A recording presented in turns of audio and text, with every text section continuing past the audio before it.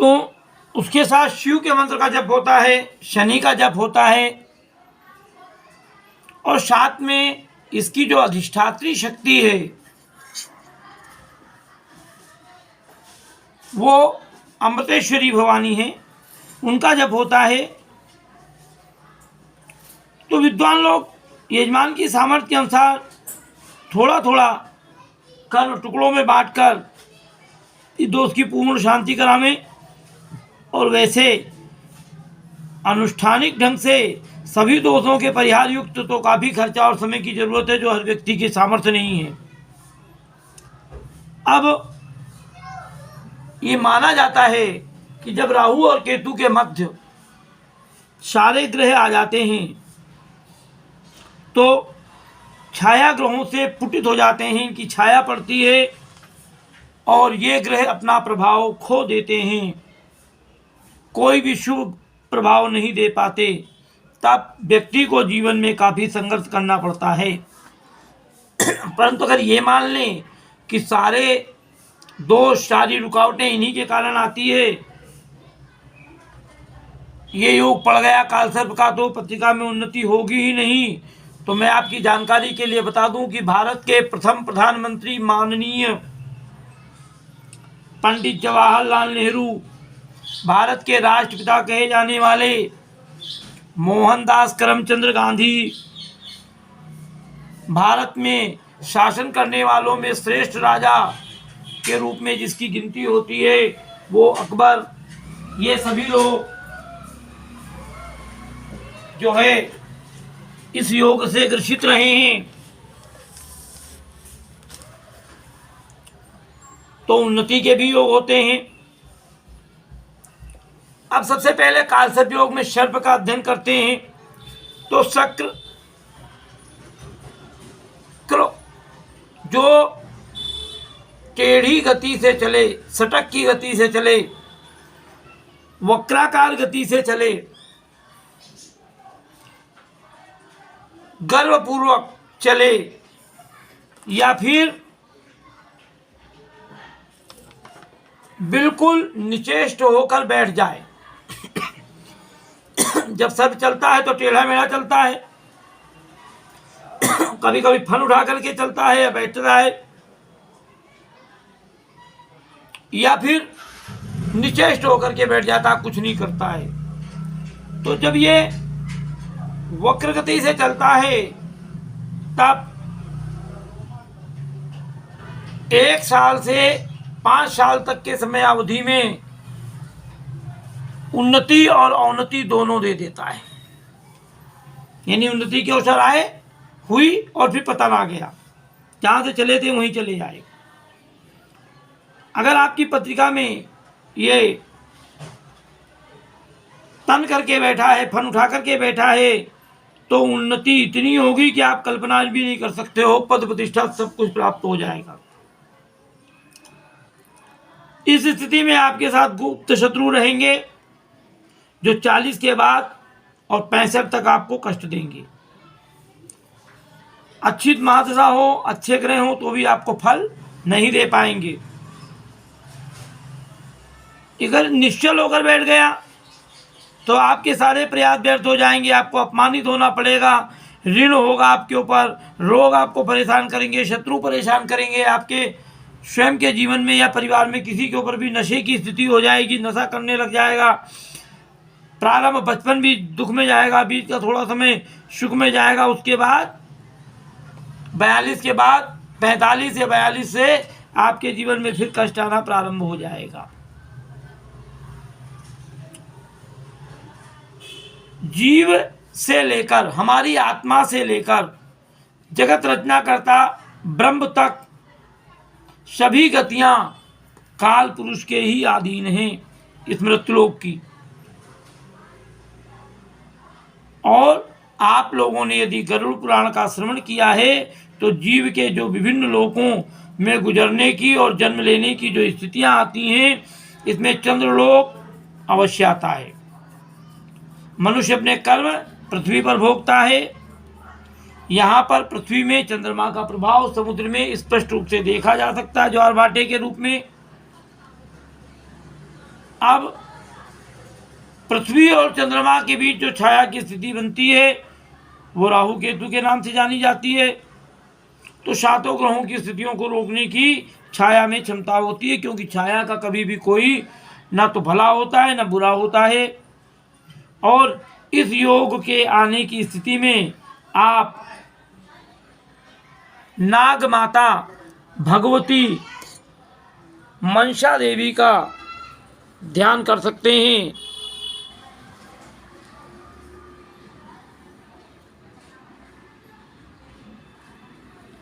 जो कि अभी आपको स्पष्ट रूप से दिखाई दे रही हैं। आप इनका पूजन करिए, इनके मंत्र का जप करिए। इनके पूजन से आपके जीवन के सभी भय समाप्त हो जाएंगे। और भागवत के 10वें स्कंद में दिया है 16वां अध्याय, भगवान कृष्ण की स्तुति करी है कालिया ने। आप इसकी स्थिति को स्पष्ट करिए, इनकी स्थिति का आप दर्शन करिए।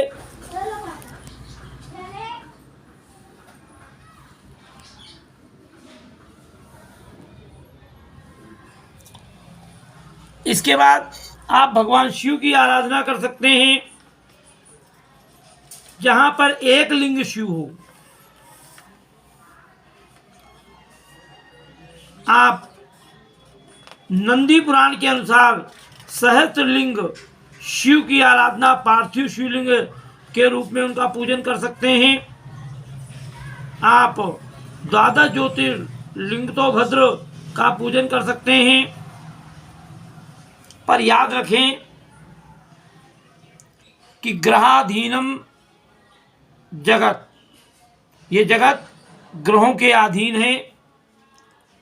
और ग्रह राज्यम प्रेक्षति ग्रह हरंति राज्यम, ग्रह राज्य को प्रदान कर सकते हैं, ग्रह राज्य का हरण कर सकते हैं। जब ये दोष आपके जीवन में आते हैं तो रोग, ऋण, पीड़ा, कर्ज, संतानहीनता, धोखा, शत्रु, विष योग, दुर्घटना योग, टोना टोटका, प्रेत बाधा, पूजन के करने के बाद भी आपकी स्थिति में सुधार ना आना, वैसे ये सब होता अपने कर्मों के कारण ही है। हमारे कर्मों का फल हमें कौन देगा? तो ईश्वर ने ग्रहों को निर्धारित कर रखा है।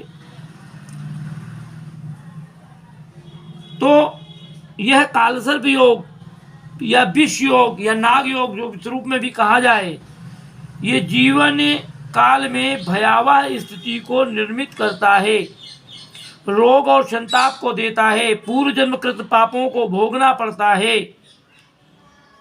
स्थान हानि हो सकती है, व्यापार हानि हो सकती है, संतान कुमार्गामी हो सकती है। हमारे वेद तो यहाँ तक कहते हैं कि लक्ष्मी चंचला है और ये लक्ष्मी के दोनों रूप काल पुरुष भगवान नारायण की पत्नी के रूप में स्वीकार की गई हैं शक्तियाँ। इनके 6 स्वरूप हैं ऐश्वर्य आदि। ऐश्वर्य की स्थिति का हरण होना ही काल गति विपरीत होने का संकेत देता है। ज्योतिष की स्थिति में जाएं तो ज्योतिष की प्रमुख गणना नक्षत्रों से की जाती है। अब नक्षत्रों के आधार पे भरणी और अश्लेखा का विशेष महत्व है। आपको मैंने पहले भी बताया कि प्रत्यादि देवता जो राहु और केतु के हैं, काल और सर्प, इनकी शांति होना चाहिए। आप काल मृत्यो च संपूज्ये सर्व अरिष्ट प्रशांतये, राहु ने अमृत पान किया है, उसका सिर काटा गया। इसी प्रकार मनुष्य अमृत यानी सुख का पान करेगा या नहीं, ये राहु केतु की स्थिति से ज्ञात होता है। राहु केतु की खराब स्थिति दुख प्रदान करेगी, परंतु याद रखिए केतु मोक्ष प्रदाता है। जन्म और मरण कारक ग्रहों में इनका विशेष योगदान है। अतः हमारे भविष्य का जो निर्माण है वो सर्प शक्ति के ही अधिकार में है। जैन संस्कृति में जाइए तो पार्श्वनाथ के सिर के ऊपर सर्प हैं। हिंदू संस्कृति में आइए तो भगवान शंकर के गले में सर्प हैं और शेषनाग शैया पर विश्राम करते हैं सर्पों की। भगवान कृष्ण जब यमुना नदी को पार करके अपने जन्म स्थान से दूर जा रहे थे तो उनकी रक्षा भी शेषनाग ने की थी। भगवान कृष्ण ने बड़े होकर कालिया का मर्दन किया। जो व्यक्ति, स्त्री या पुरुष कोई भी, सर्पनी शक्ति को, कुंडलनी शक्ति को जागृत कर लेता है उसके जीवन में किसी प्रकार का दोष नहीं आता। जो ब्रह्मांड में है वही हमारे शरीर में है। अंडे सो पिंडे। मनुष्य शरीर में भुवन लोक, स्थान, सहस्त्रार, आज्ञा चक्र, विशुद्ध चक्र, अनाहत चक्र, मणिपुर चक्र, स्वाधिष्ठान चक्र, मूलाधार चक्र के रूप में है। और ब्रह्म की जो शक्ति है वो सहस्त्रार के ऊपर है। जब ये सहस्त्रार से नीचे उतरती है, मूलाधार यानी गुदा के पास आती है तो जगत की रचना करती है। उस समय ब्रह्मा के साथ मिलकर जगत की रचना करती है। और शेष बची हुई शक्ति, यही शेष शक्ति कुंडलनी के रूप में स्थित है। मूलाधार चक्र में भगवान शंकर की स्थिति है। यहाँ पर 3.5 फेरे कुंडलनी जो है लगाती है और सोई पड़ी रहती है। व्यक्ति के संस्कार और पूर्व भोग के अनुसार चलती रहती है। यदि इसे जागृत कर लिया जाए तो ये हमारे सारे बंधनों को काट देती है। और इसके लिए जरूरी है कि हम ध्यान मार्ग का या मंत्र मार्ग का सहारा ले सकते हैं। तो आपके कर्म का साक्षी ग्रह का साक्षी कुंडलनी शक्ति और कुंडलनी शक्ति का साक्षी ब्रह्म। अब यूं समझ लीजिए कि आपकी नयनों की शक्ति ग्रह और दर्पण ब्रह्म और शक्ति का मिला हुआ प्रतीक है। अब दर्पण अगर गंदा हो तो स्वाभाविक है आपको अच्छा नहीं दिखाई देगा। अब मेरा पूर्व जन्म दूषित क्यों रहा, ये आपको खोजने के लिए उसी शक्ति के अंतर्गत जाना पड़ेगा। मैंने किसी का धन हरण किया, किसी को पीड़ा पहुंचाई, किसी की आत्मा ने मुझको श्राप दे दिया। जब ये आप ज्ञात कर लेंगे, और ये ज्ञात कर सकता है एक योग्य ज्योतिषी,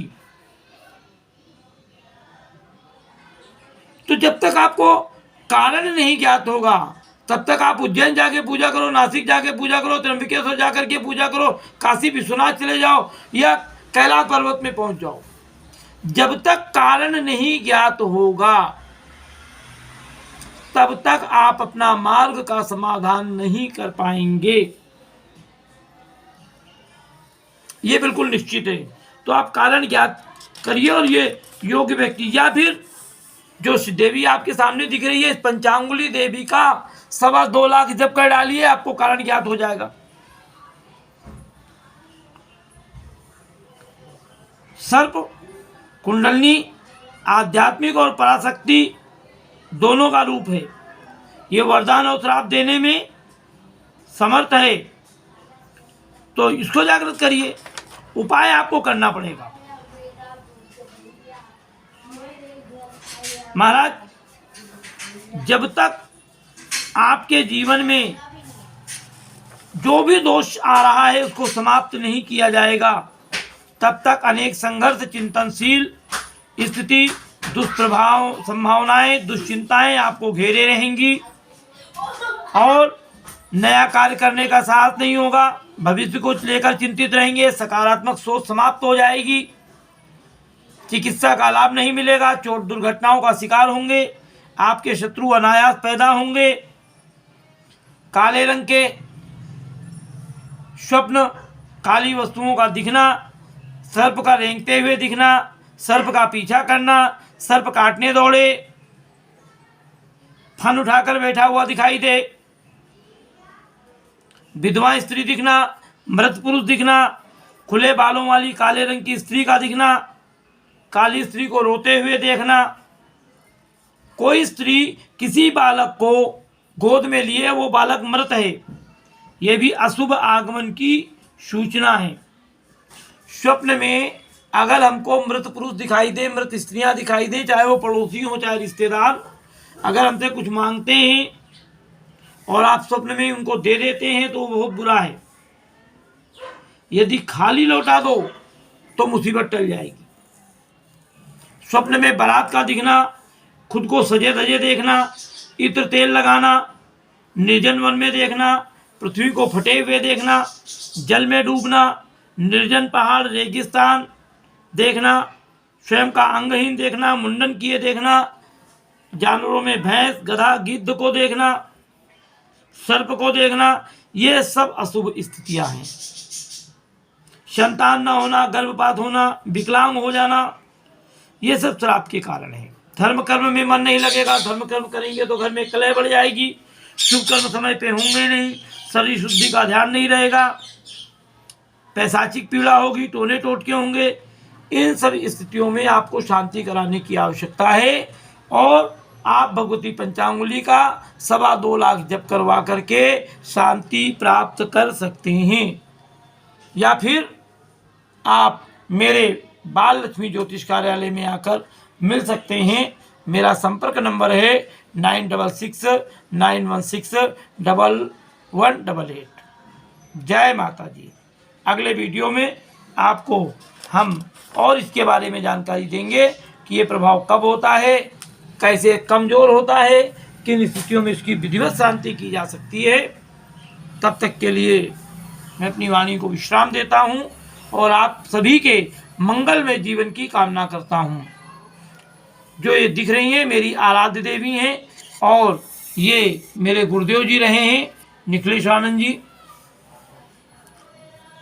मैं इन्हीं की शरण में रह करके ज्ञान और विद्या को प्राप्त किया। तो मैं आपसे कहूँगा कि आप पत्रिका को लेकर एक बार अवश्य आएँ। कभी कभी हमारे ज्योतिषी लोग समयाभाव में जानकारी अधिक ना होने से, कई कारणों से, या कंप्यूटर आदि का सहारा लेकर के अशुभ स्थिति में पत्रिका निर्माण कर देते हैं। हम लोग बताते हैं 6 साढ़े 6 बजे का समय है, उस बीच में ग्रह बदल रहे हैं, लग्न बदल रही है, 6:15 बजे बदल रही है, 6:10 पे बदल रही है, 6:25 पे बदल रही है। तो क्या निर्णय लेते हैं उस आधार पे भी काफ़ी कुछ परिवर्तन की स्थितियाँ हो जाती हैं। तो सबसे पहले ध्यान रखें कि जन्म पत्रिका सही हो, जन्म पत्रिका बनी हो और सही बनी हो, योग विद्वान के द्वारा बनाई गई हो, तब ही वह अपना सही फलादेश कर पाती है। तो इन सब कार्यों के लिए आप मुझसे मिल सकते हैं, परंतु मिलने के पूर्व समय अवश्य लें और फ़ोन पर ही सारी जानकारी न लें। छोटी मोटी जानकारी तो दी जा सकती है। यदि आप मेरी जो दक्षिणा है वो प्रदान करते हैं तो आप फ़ोन पर भी मुझसे जानकारी ले सकते हैं। जैसे ही आपकी दक्षिणा आ जाएगी, नाम पता आ जाएगा, मेरे पास आप संदेश दीजिए कि साहब आपको हमने दक्षिणा प्रेषित कर दी है। तो मेरी दक्षिणा मात्र केवल 1100 रुपये है और 1100 रुपये में हम आपकी क्या समस्या है ये सब हम आपको बता देंगे। यदि पत्रिका गलत बनी होगी तो उसमें भी आपको हम सुधार करके देंगे और ये सब उसके बाद उपाय करने की आपकी क्षमता स्थिति के ऊपर है, आपके विचार के ऊपर है। इसका यदि विधिवत पूजन किया जाए तो 51,000 रुपये खर्चा कम से कम आता है और मीडियम स्तर में किया जाए तो 35,000 रुपये इसका खर्चा आता है। और यदि टुकड़ों में ये 5 बार में किया जाए तो फिर आप 15,000 रुपये पूजन मान लीजिए, आप इसका लाभ ले सकते हैं। जय माता जी। आप सभी को सद्गुरुदेव का आशीर्वाद प्राप्त हो, भगवती पंचांगुली का आशीर्वाद प्राप्त हो। ये पंचांगुली भी समस्त दोषों को समाप्त करने में समर्थ हैं। आपके जीवन में आने वाली समस्याओं का जहाँ पर निदान करती हैं वहीं समस्या आने के पहले संकेत दे देती हैं। जय माता जी। हमारे वीडियो को लाइक कीजिए, सब्सक्राइब कीजिए, घंटे का बटन दबाइए। आपका जीवन आनंदमय हो।